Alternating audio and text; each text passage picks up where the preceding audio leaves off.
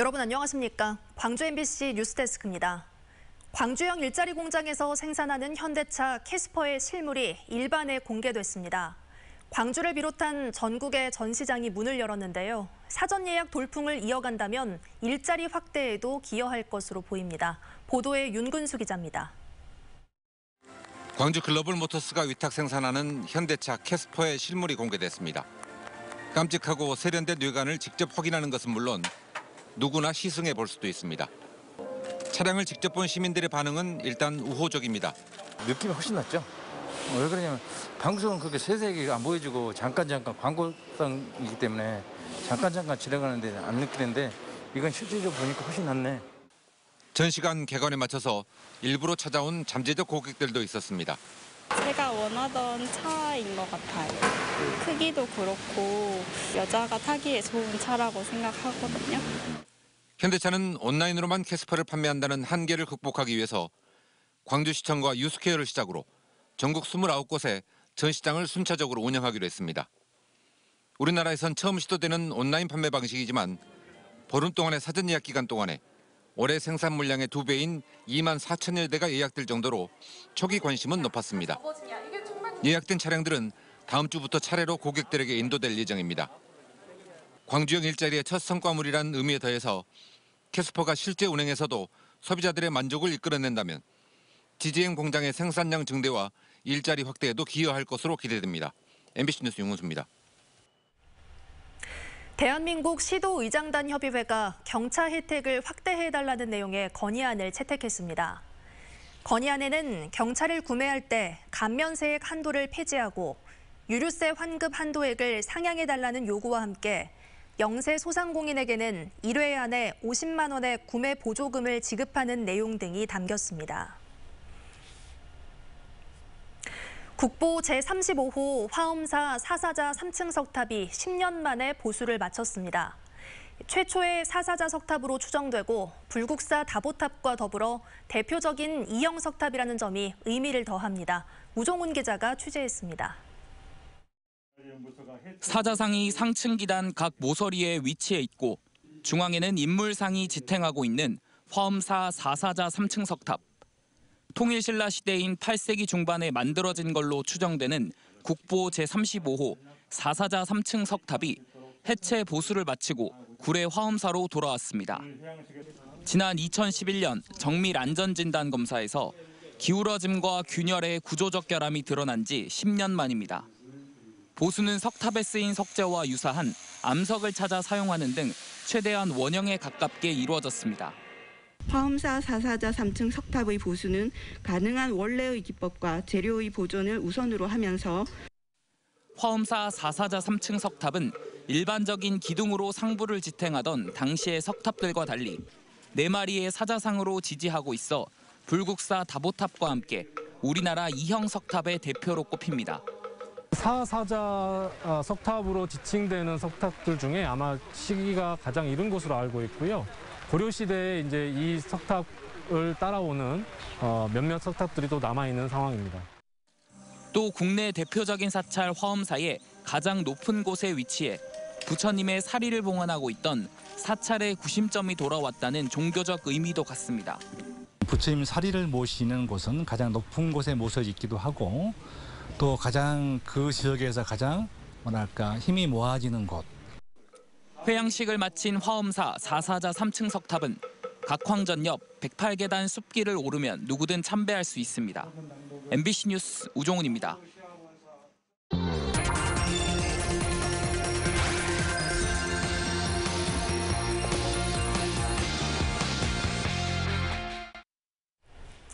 코로나19의 장기화로 불안감과 답답한 마음, 우울감 등을 호소하는 시민들이 크게 늘고 있다고 하죠. 코로나로 인한 변화들을 빅데이터 속에서 살펴보는 특별기획, 빅데이터는 알고 있다. 오늘 주제는 코로나19와 정신건강입니다. 이다현 기자의 보도입니다. 우리 일상을 뒤바꾼 코로나19로 인해 우울감을 호소하는 사람들이 늘었습니다. 심리상담센터엔 자가격리로 외출은 물론 출근도 하지 못하면서 일상적인 답답함과 경제적인 곤란함을 호소하는 시민들이 줄을 잇습니다. 출근을 앞두고 채용 취소가 됐던 경우가 있었습니다. 그래서 그 이후에 감염이 확실히 이제 다 나은 건지 이런 거에 대한 불안이 아직도 남아 있으셨고 또 분노감이나 우울감도 많이 호소하셔서 사연과 증상은 제각각이지만 이른바 코로나 블루는 이미 사회 문제로 떠오른 지 오래입니다. 뉴스기사 등을 분석한 빅데이터도 이 같은 현상을 뒷받침하고 있습니다. 정신건강이라는 단어가 들어간 최근 뉴스기사 3만 건과 SNS 데이터 400개를 코로나 이전과 이후로 나눠서 살펴봤습니다. 먼저 뉴스기사에는 코로나19 이후 우려와 불안, 우울증이라는 단어의 출현 빈도가 코로나 이전보다 2배가량 높아졌습니다. SNS에선 우울증과 불안, 어려움 등의 단어가 최고 5배 이상 많아지는 등 부정적 영향이 더 선명하게 드러났습니다. 단어와 단어가 연결되는 의미 연결망 분석은 이 같은 불안감의 원인을 코로나19로 지목하고 있습니다. 코로나19 이전 사건과 교육, 여성 등과 같은 다양한 사회 문제가 불안을 일으키는 요인들이었다면 코로나 이후엔 확진자 발생과 방역 문제가 지대한 영향을 주고 있는 것으로 관찰됐습니다. 내가 걸릴지도 모른다는 불안감, 동선이 공개될지도 모른다는 걱정으로 시작된 코로나 블루는 확산세 장기화에 따라 갈수록 심해지고 있습니다. 일상생활을 조금 영위하지 못한다는 그런 불편감, 거기에 더불어서 경제적인 활동을 못하는 그런 계층의 경우에 이런 부분들이 굉장히 심화되면서 우울감이 좀 심해지고 있는 상태입니다. 또 코로나 이전에는 상담과 프로그램, 사업 등의 키워드가 자주 등장해 정신건강 교육이나 지원 사업에 대한 정책적 관심이 상대적으로 더 활발했음을 보여줬습니다. MBC 뉴스 이다현입니다. 층간소음을 이유로 이웃에게 흉기를 휘둘러 2명을 숨지게 한 30대 남성이 구속됐습니다. 광주지법 순천지원은 살인 혐의 등으로 체포된 34살 A씨에 대해 증거인멸과 도주 우려가 있다며 구속영장을 발부했습니다. A씨는 지난 27일 새벽 층간소음을 이유로 위층에 거주하는 이웃에게 흉기를 휘둘렀고 이로 인해 40대 부부가 숨지고 함께 있던 60대 부부도 중상을 입었습니다. 전남대병원에서 확진자가 잇따라 발생해 방역당국이 현장 평가에 나섰습니다. 광주시에 따르면 전남대병원 8동 병동에서 어제 4명이 확진된 데 이어 오늘 환자 2명이 추가로 확진 판정을 받았습니다.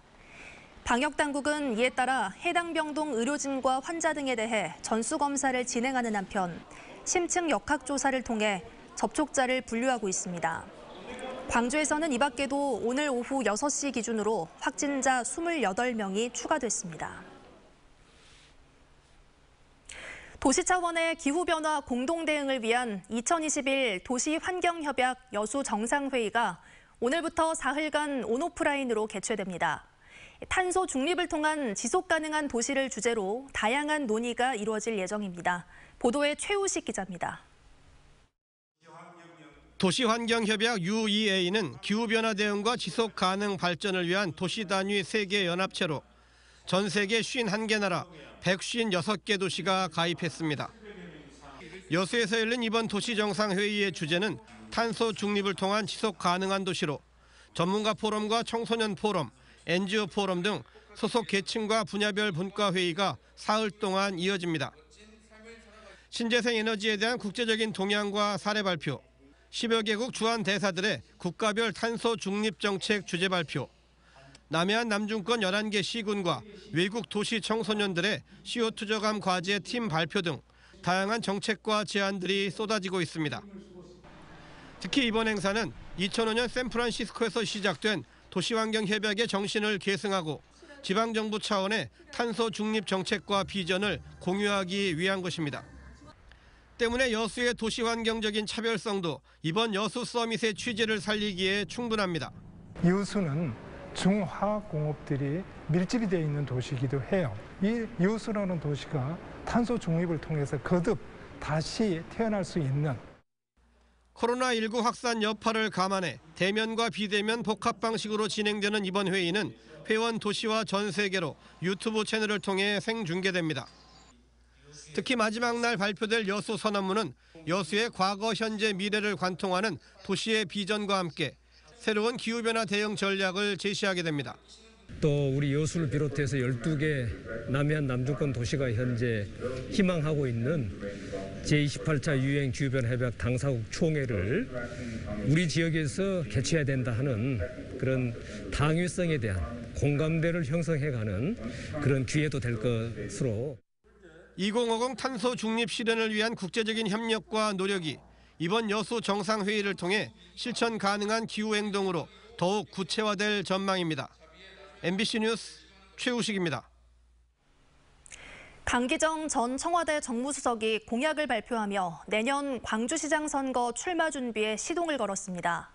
강 전 수석은 보도자료를 통해 메디컬시티와 에너지밸리, 데이터 비즈니스 거점 조성 등 호남의 미래를 여는 7대 공약을 발표하며 광주 전남북을 500만 광역경제권으로 만들자고 제안했습니다. 강 전 수석은 광주 전남 교수연구원 210명으로 더 큐브 상생포럼을 조직하고 내년 선거 공약을 마련하고 있습니다. 광주 금남로 인근에 고층 아파트 단지를 조성하는 사업이 추진되자 주민들이 반발하고 나섰습니다. 시민 100명으로 구성된 북동을 지키는 사람들은 기자회견을 열고 북동의 39층 규모로 추진되고 있는 재개발 사업은 도심 경관과 조망권을 훼손하고 교통난을 불러온다고 주장했습니다. 그러면서 북동 성당 등 근대 문화유산과 5.18 민주화 운동의 역사적 의미를 살리는 방향으로 도시재생 사업이 이루어져야 한다고 강조했습니다. 시민사회단체가 학동 붕괴 참사의 경찰 수사가 부실했다는 의혹을 제기하고 수사팀 혁신을 요구했습니다. 학동 참사 시민대책위는 오늘 광주경찰청 앞에서 기자회견을 열고 붕괴 사고 수사팀에 속해 있던 경찰이 최근 직무유기와 기밀 누설 등의 혐의로 구속됐다고 지적하며 참사 관련 수사가 부실했던 건 아닌지 의혹을 제기했습니다. 또 현대산업개발이 이윤만을 위해 재개발 사업 과정에 불법적으로 개입했다고 주장하며 시공사의 책임을 명확히 밝혀내야 한다고 강조했습니다. 이 같은 시민단체들의 은폐 의혹에 대해 경찰은 정면 반박하고 나섰습니다.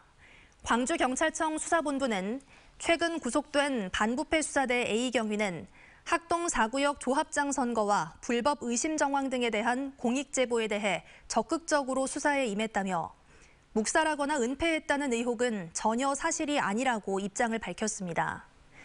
또 조합 선거 의혹은 통화 내역 분석 등을 통해 혐의를 입증해 기소 의견으로 사건을 송치했지만 검찰이 최종 불기소 처분을 내렸다고 설명했습니다. 광주시 산하의 14개 공공기관이 하반기 통합 채용으로 73명을 선발합니다. 선발 인원은 광주도시공사 12명, 도시철도공사 18명, 김대중 컨벤션센터 4명 등으로 다음 달 18일부터 원서 접수가 시작되고 통합 필기시험 이후 최종 합격자는 각 기관이 자체적으로 선발합니다. 광주는 공공기관 채용의 공정성과 투명성 강화를 위해 지난 2019년부터 통합 필기시험을 시행하고 있습니다. 광주 지역 제조업체들이 3분기 연속 체감 경기가 나아질 것으로 전망했습니다. 광주 상공회의소가 지역 내 제조업체 127곳을 대상으로 조사했습니다.